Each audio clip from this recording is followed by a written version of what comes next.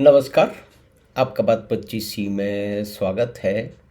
और बात 25सी में आज हम एक विशेष घटना की बात कर लेते हैं। ये घटना अभिभूत करने वाली है। पुराने तौर तरीके, पुरानी अवधारणाओं, पुरानी मान्यताओं, पुरानी कार्य पद्धतियों और पुरानी मीमांसाओं से बिल्कुल अलग है। यानी कि इस देश में देखिए कि बड़े लंबे समय से जो उद्यमी हैं, जो वेल्थ क्रिएटर हैं, उनको गाली देने की कुछ महानुभावों ने और कुछ दार्शनिकों ने, कुछ लेखकों ने, विद्वानों ने वगैरह वगैरह और विदुषियों ने उनको गाली देने का एक लंबा इतिहास स्थापित कर गया है। तो कभी टाटा और बिरला को तो बहुत पहले से गाली दी जाती थी और आजकल उसी परंपरा का बहुत ही दृढ़ता से और बहुत ही जोश से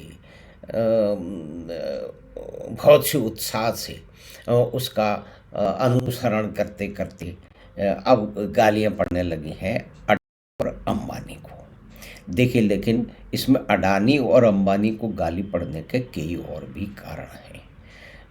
लेकिन यहाँ तो सिर्फ हम एक बात कर लेते हैं कि कल यानी कि 9 नवंबर को प्रधानमंत्री श्री नरेंद्र मोदी ने याद किया है एक लेख के जरिए स्वर्गीय श्री रतन टाटा को।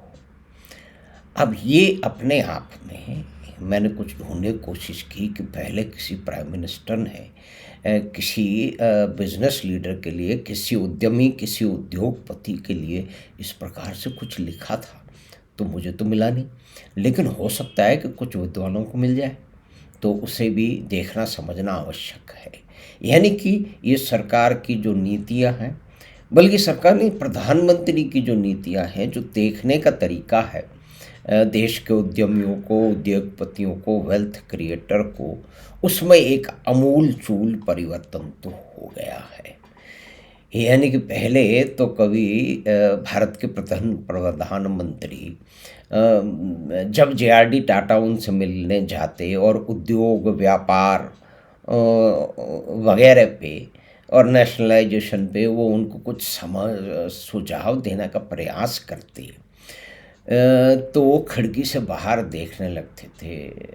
पंडित जवाहरलाल नेहरू यानी कि चाचा नेहरू खिड़की से बाहर देखने लगते थे और श्री जे.आर.डी. टाटा, स्वर्गीय श्री जे.आर.डी. टाटा के खुद के शब्दों में उन्होंने खुद ही एक कई बार व्यक्त किया है या एक कि उनको इस बात का आभास हो जाता था कि अब ये भेंट जो है, ये मीटिंग समाप्त हो चुकी है।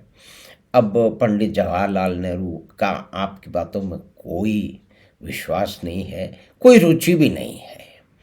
और ये देश के एक समाजवाद का जो एक उस समय जो एक ज्वर चल रहा था, तापमान उच्च चल रहा था, उस समय की बात है। तो अब देखिए 50 और 60 में नेहरू जी तो 64 में चले गए थे। तो इस परिस्थिति में दोनों को कंपेयर करके देखें कि देश के प्रथम प्रधानमंत्री जे.आर.डी. टाटा, जो कि एक माना जाता है कि प्रथम उद्योगपति घबराना, जिन्होंने स्टील प्लांट की स्थापित की और न जाने क्या क्या किया, चाहे वो इंडियन इंस्टीट्यूट साइंस हो और भी बहुत सारे संस्थान जिनकी समझ से, जिनकी सहायता से, जिनकी दृष्टि से, जिनके सहयोग से, जिनके सुझावों से लगे, जिनके इन्वेस्टमेंट से भी लगे, तो उनको जो है वो ट्रीट करने का, उनकी बात न मानने का। क्योंकि देखिए, समाजवादी लोग व्यापारियों की बात कैसे मान लें।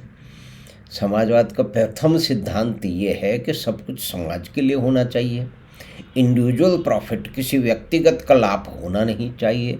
लेकिन वास्तविकता तो यह है कि जितने भी समाजवादी हैं, नेता हैं, क्योंकि नेताओं से तो समाजवाद शुरू होता है, तो वो तो सब व्यक्तिगत प्रॉफिट नहीं, हजारों करोड़ के जो है ना वो ढेर पे बैठे हुए हैं। तो वो प्रॉफिट तो नहीं है, वो कुछ और है। वो क्या है, इस बारे में कोई अलग से बात करने की आवश्यकता है। इसमें नहीं करेंगे, नहीं तो सब कुछ गड्ढमड्ढ हो जाएगा। यानी कि प्रधानमंत्री मोदी ने भूरी भूरी प्रशंसा की है स्वर्गीय श्री रतन टाटा की। और ये समझा जाए तो एक तरह से ये एक महत्वपूर्ण घटना है।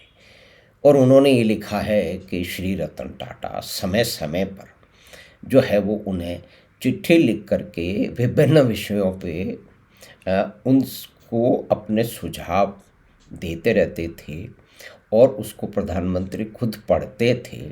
यानी कि एक तारतम्य था, एक एक एक कम्युनिकेशन था, एक संप्रेषण का जरिया था और मिलते भी थे। भाई टाटा जी तो फंस गए थे क्रांतिकारी बंगाल में जाके। कि क्रांतिकारी बंगाल में क्या हुआ था कि वहाँ के क्रांतिकारियों ने जब वो अपने अंतिम ढलान पे थे, जब उनकी 34 साल की सत्ता नष्ट होने के कगार पे खड़ी थी, जो आज तक नहीं आई, आगे भी नहीं आएगी, तब उन्हें एकदम से ध्यान आया कि भाई ये रोजगार सरकार तो दे देगी, तो टाटा को बुला लेते हैं। तो टाटा नैनो की फैक्ट्री सिंगूर वहाँ लगी।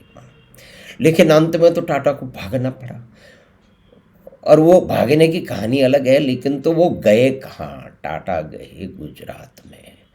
गुजरात मॉडल की बड़ी हंसी उड़ाई जाती है, लेकिन देखिए कि एक एक मुख्यमंत्री के तौर पे भी उन्होंने लिखा है कि उनके सुझाव हमें मिलते रहते थे। उस समय एक नई दृष्टि मिलती थी, उससे एक समझ मिलती थी। और एक तरफ वो एक कालखंड था, यानी कि देश का निर्माण जिन दृष्टियों से हुआ है उसके अंदर सुधार काफ़ी कुछ होने लगा है।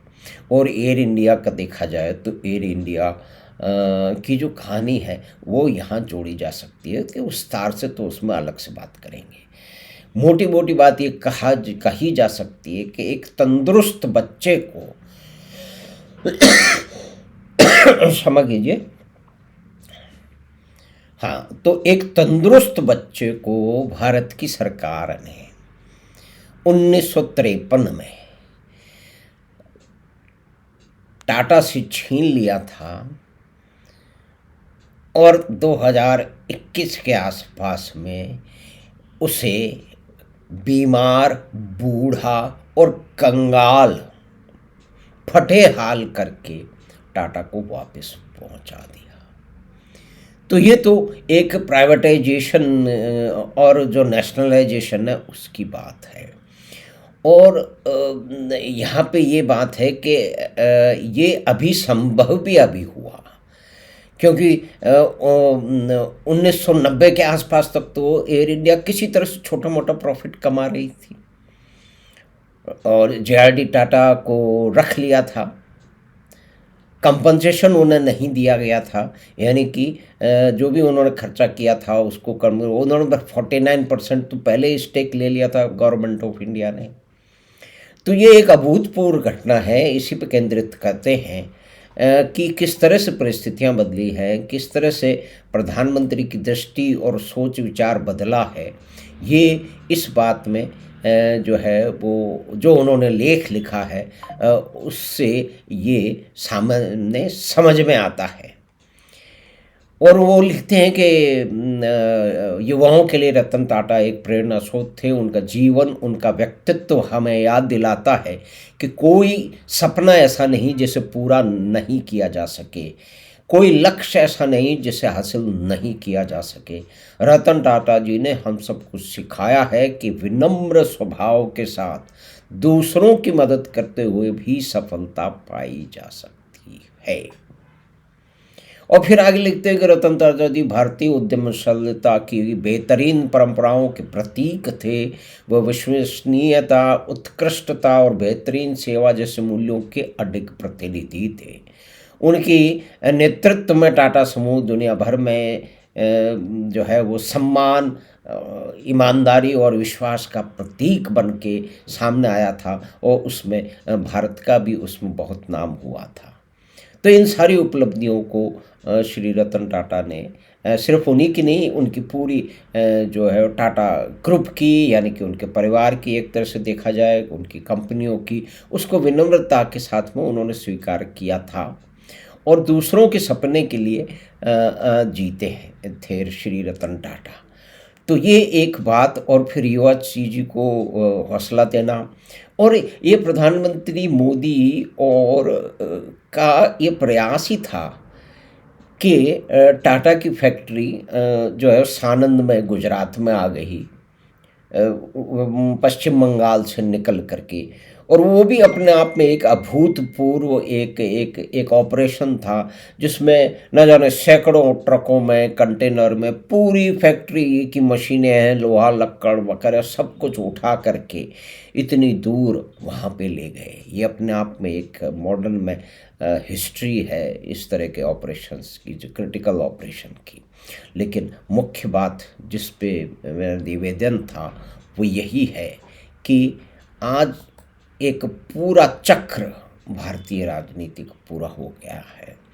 जो उद्यमियों के लिए, जो उद्योगपतियों के लिए, व्यापारियों के लिए, वेल्थ क्रिएटर के लिए जो एक घृणा का बहाव, उनसे दूरी बनाने की रणनीतियाँ, यानी कि जे.आर.डी. टाटा जैसे व्यक्ति जिन्होंने एक उत्कृष्ट जो संस्थान, न जाने कितने संस्थान, अगर सिर्फ एयर इंडिया की बात किया जाए जो पहले टाटा एयरलाइंस थी, वो उनके खुद के प्रयत्न से, खुद की मेहनत से, खुद के पैशन से, उनके जुझारूपन से स्थापित हुई।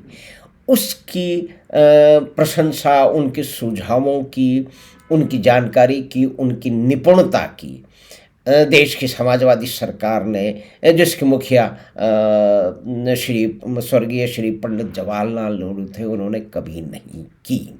और जब नेशनलाइज किया गया, वो एक पूरी अलग कहानी है, उस पर कभी अलग से बात करेंगे। तो उनको कंपनसेशन भी नहीं दिया, तो नहीं दिया गया, उनसे बात भी नहीं हुई, जबकि उनका मिलना जुलना होता था। लेकिन वो एक औपचारिकता मात्र थी, एक फोटोशॉप अपॉर्चुनिटी शायद थी, ऐसा भी कहा जा सकता है। क्योंकि जे.आर.डी. टाटा जो बात कहते थे, जो कि सुझाव देना चाहते थे, उनके ऊपर तो कभी कोई कहती नहीं। तो वो परिपाटी बड़े लंबे समय तक चलती रही है। उसमें कोई परिवर्तन आए तो वो दूसरे कारणों से आए। उस व्यक्ति की निपुणता, उस व्यक्ति के उद्देश्य, उस व्यक्ति के जो अनुभव हैं और उसके अचीवमेंट हैं, उसके कारण नहीं आए। लेकिन वो फिर बात उसमें जाएंगे तो बात दूसरी तरह से हम भटक जाएंगे। तो हमें आशा है कि छोटी सी बातचीत, जो कि एक विशेष घटना 9 नवंबर 2024 को हुई है, कि देश के प्रधानमंत्री श्री नरेंद्र मोदी ने रतन टाटा को याद किया है। उनकी जो भी प्रतिभा रही है और जो उन्होंने निपुणता दिखाई है, उसको उन्होंने फिर से याद किया है, स्थापित किया है। ये अपने आप में एक अद्भुत घटना है, एक ये टर्नओवर, यानी कि एक इन्फ्लेक्शन पॉइंट है, अगर इसे माना, देखा और समझा जाए। सिर्फ इतना ही करने देने से बहुत सारी चीज़ें नहीं बदलेंगी, बहुत सारा और भी कुछ करना होगा। लेकिन उस दिशा में एक ये महत्वपूर्ण कदम है, जिसकी हमको शायद सराहना करनी चाहिए और इसे याद भी करना चाहिए कि देश के नेताओं की दृष्टि में एक आमूलचूल परिवर्तन आ गया है। उससे आने वाले समय में देश को लाभ, जनता को लाभ ही होगा, सभी को लाभ होगा। तो हमें आशा है कि ये छोटी सी बातचीत, जो कि श्री नरेंद्र मोदी द्वारा जो याद किया गया है श्री रतन टाटा को, उस पे थी। तो हम आशा है कि ये छोटी सी बातचीत आपको पसंद आई होगी। तो आप चैनल बात 25 को सब्सक्राइब करें, लिंक अपने मित्रों और परिवार के साथ साझा करें, और हम आपसे फिर मिलेंगे बात 25 की अगली बात में। धन्यवाद, नमस्कार।